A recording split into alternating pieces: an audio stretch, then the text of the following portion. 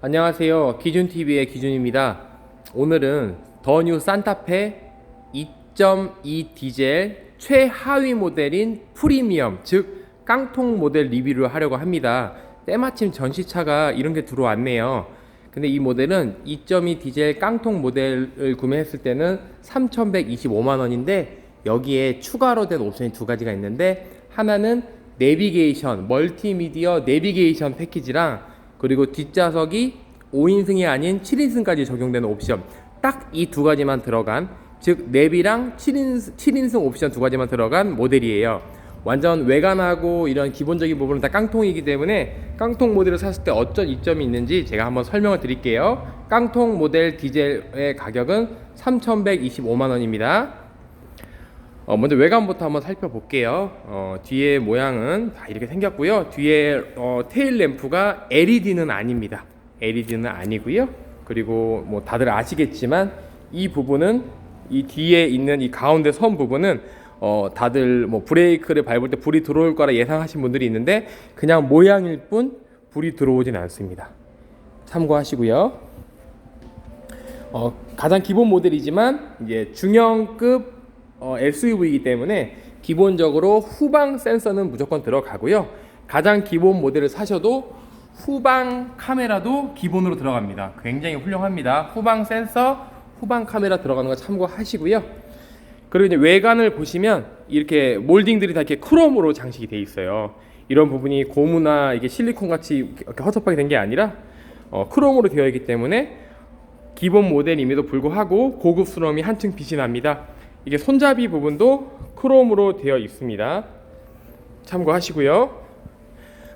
대체적인 예로 이제 소형 SUV인 코나가 옆에 있는데, 이거는 인스퍼레이션으로 가장 높은 등급이에요. 그럼에도 불구하고 이런 데도 크롬이 안 돼 있고 이 부분도 안 되어 있죠. 아무래도 이 급 차이가 있긴 합니다. 이 소형과 이제 중형은 이제 가장 기본 모델이고 가장 높은 모델이지만 이런 급 차이가 존재합니다. 이런 크로미로 장식되어 있는 외관의 그 멋스러움이 좀 다르긴 해요. 휠은 18인치 휠이 적용이 되어 있어요. 타이어는 한국 타이어로 들어가 있고요. 예, 기본 모델의 휠은 이렇게 생겼습니다. 제가 볼 때는 나쁘지 않습니다. 알루미늄 휠이기 때문에 뭐 강성이나 그런 것도 좋고, 뭐 철처럼 무겁지도 않고, 그리고 18인치 휠의 장점은 아무래도 연비죠. 연비가 큰 휠들보다 더 좋습니다. 그래서 저는 18인치 휠이 산타페에 나쁘지 않다 생각해요. 디자인은 고객님들의 뭐 취향이기 때문에 호불호는 갈릴 거라 생각을 하는데, 제가 볼 때는 나쁘지 않습니다. 전면부를 보시면 좀 공간이 좀 협소한데, 밖에서 볼 때, 특히 낮에 볼 땐 똑같습니다. 똑같은데 이제 여기 램프가 이제 MFR 타입이냐 아니면 프로젝션 등이냐 뭐 그런 차이인데, 이제 이거는 일단은 MFR 타입으로 되어 있네요. MFR 타입이라는 거는 전구가 있는데 옆에 이제 반사를 하는 방식으로 전구를 놓고 반사를 해서 빛을 밝히는 형식이고요. 프로젝션 헤드램프가 들어가면은 빛을 모아서 앞으로 쏴주는 형식이기 때문에 아무래도 좀 더 밝겠죠. 하지만 이 모델은 MFR 타입으로 들어가 있습니다. 참고하시고요. 주간 주행등이 이게 T자 형태로 있는데, 요거는 기본 모델도 이렇게 LED로 들어와 있습니다. 이건 이따 시동 걸어서 한번 보여드릴게요. 이제 트렁크를 먼저 보여드릴게요. 일단 기본 모델이기 때문에 트렁크가 보통은 중형 산타페 하면은 이제 전동으로 열린다 생각하시는데, 기본 모델은 수동입니다. 이렇게 손으로 요 아래 검정 부분 눌러주시면 올라가고요. 수동으로 열어야 되고요. 이제 전동 옵션을 넣게 되면은 요 부분에 버튼이 생겨서 눌러서 닫고 열고를 할 수가 있어요. 지금은 없습니다. 참고하시면 될 것 같아요. 트렁크 공간은 이렇게 5인승과 7인승, 이 차는 7인승 모델이에요. 7인승은 옵션을 65만 원을 추가해야 되는데, 깡통 모델에 7인승 옵션을 추가한 모델이에요. 그냥 이렇게 볼 때는 똑같이 트렁크이지만 이제 상황에 따라서 이제 뒤에 이 줄을 잡았다 당기면, 잠시만요. 지금 의자가 지금 뒤로 밀려 있어서, 각도가 너무 밀려 있어서 지금 안 빠지는데, 이쪽 걸 빼볼게요. 줄을 당기면 의자가 이렇게 나옵니다. 그러면 7인승으로 탈 수가 있는데, 7인승 모델을 타봤자 뒤가 좁을 텐데 7인승을 누가 구매해요 라고 하지만, 아이들이 타기에 키가 165 이하의 여성분들이 타기에는 탈만합니다. 근데 아무래도 의자의 위치가 타이어의 바로 위쪽에 있기 때문에 노면을 넘을 때 충격은 좀 많이 있어서 승차감이 이렇게 좋지는 않아요. 근데 그래도 탈만하고, 그리고 만약에 내가 자녀가 3명이 있다, 다자녀다, 그러면 다자녀 혜택을 받을 때 7인승 모델을 사셔야 5인승 모델을 살 때보다 좀 더 나라에서 혜택을 받을 수가 있기 때문에 취등로세의 면제에 대한 혜택을 더 받을 수가 있어요. 그래서 웬만하면은 다자녀다 하시면 7인승 사시는 걸 추천을 드리고요.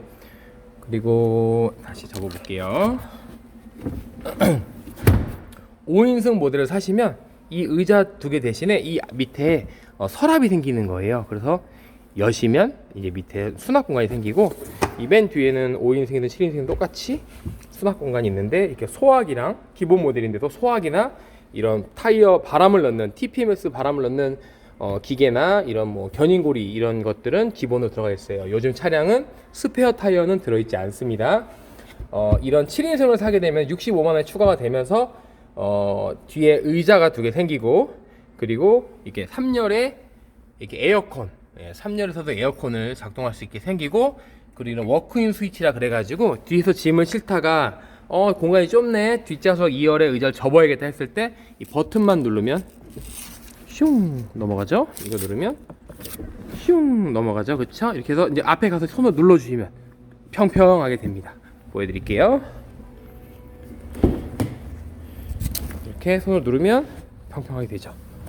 이런 식으로 짐을 실을 수가 있고요. 그리고 그 워크인 스위치, 그 7인승 옵션 넣었을 때 좋은 점은 또 뒤에 사람이 타야 되기 때문에 요 버튼이 생기는 거예요. 반자동 버튼인데 누르면, 보여드릴게요. 누르면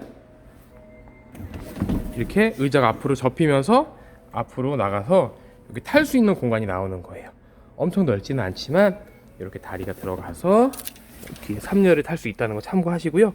그리고 깨알 같이 이렇게 조금의 편의를 제공한 건데 별건 아니지만, 이렇게 다리를 넣고 타실 때 불편하지 말라고 여기 옆에 손잡이가 있어요. 그래서 여기를 잡고 다리를 놓고 타시는 거예요. 저기에도 똑같이 손잡이가 있습니다. 네, 참고하시고요.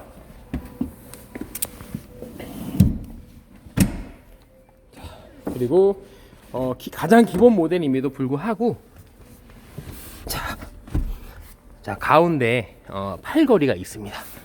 팔걸이와 컵홀더가 있고요. 그리고 시트는 이렇게 퀄팅 모양도 들어가 있는, 근데 가죽 시트나 나파 가죽처럼 고급스럽진 않지만 그래도 나름 퀄팅과 이런 천공 모양이 들어가 있는 가죽 시트가 적용되어 있는데, 이건 진짜 가죽은 아니고 인조 가죽입니다. 근데 고객님들이 보실 때는 인조 가죽과 가죽은 뭔 차인지 무슨 차인지 느끼지 못할 정도로 요즘에는 인조 가죽도 굉장히 퀄리티가 좋아진 것 같아요. 저는 나쁘지 않다 생각을 하고요.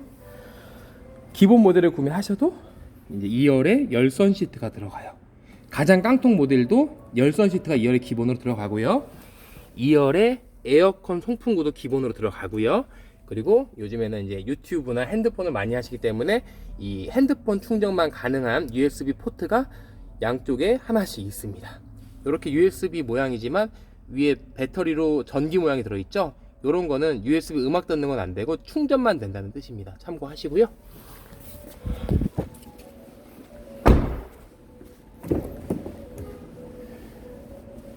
기본 모델을 구매하시면 동승석은 수동으로 의자를 조작하셔야 돼요. 여기 이제 등받이, 그리고 밑에 이 철을 당겨서 의자를 뒤로 밀 수 있고요.